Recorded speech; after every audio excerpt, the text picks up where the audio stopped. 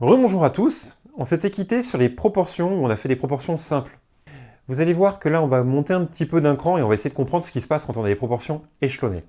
On a un ensemble, dans cet ensemble on a une sous-population, c'est ce qu'on avait vu, et dans cette sous-population on a une sous-sous-population.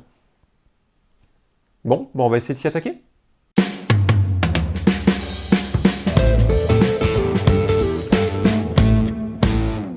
On va commencer par une première propriété. Comme je vous ai dit, on a une première population ici que j'appelle C. Dans cette première population, on va faire une sous-population. Donc cette sous-population que ici j'appelle B, elle est entièrement inclue dans C. C'est-à-dire qu'on ne peut pas avoir des personnes qui appartiennent à la population B sans appartenir à la population C. Et dans cette sous-population B, on a une sous-sous-population que l'on appelle A. Et dans cette sous-sous-population, tout le monde appartient à la sous-population B. C'est-à-dire que personne ne peut appartenir à la population A sans appartenir à la population B. C'est un détail qui est très important. Pour ça, on dit simplement que A est inclus dans B et que B est inclus dans C. Alors, cette espèce de U couché là sur le côté, qui ressemble un peu à un C finalement, ça veut dire que c'est inclus. A est entièrement inclus dans B et B est entièrement inclus dans C. On va aussi parler d'une première proportion, la proportion numéro 1, d'où l'indice 1, qui sera la part de A dans B, et puis on va faire la proportion 2, qui sera la part de B dans C. Et on va voir un petit peu comment ça fonctionne. Pour ça, on a encore une formule. Et cette formule, elle est très simple. Le problème est presque plus compliqué à comprendre que la formule en elle-même.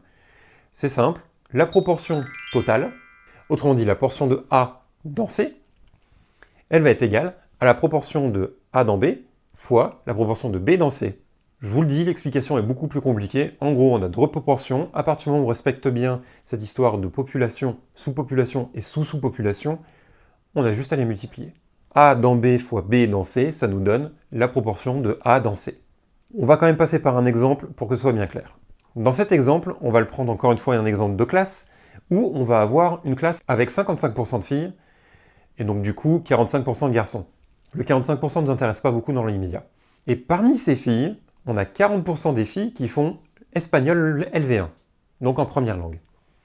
Et la question voudrait savoir combien représentent les filles qui font espagnol en LV1 dans la population de la classe. Alors on va faire un petit schéma, on va symboliser ça, et on va voir une classe avec des filles et des garçons. Alors faites attention, ici, ce n'est que pour schématiser la situation, je n'ai pas respecté réellement les proportions. Donc ne vous en servez pas pour essayer de faire le calcul, c'est juste pour schématiser. Ici on a donc 55% de filles, et le reste de garçons.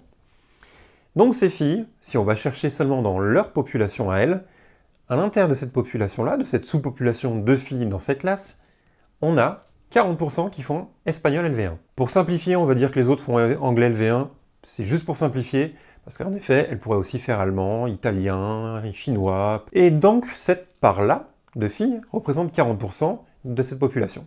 Maintenant la question, c'est de savoir combien représentent les filles qui font espagnol en LV1 parmi la classe cette fois-ci, non pas parmi les filles. On va essayer d'être un petit peu moins misogyne pendant 2 secondes et on va les réintégrer à l'ensemble de la classe. Donc c'est 40% de filles qui font de l'espagnol parmi les filles, combien elles représentent parmi la classe.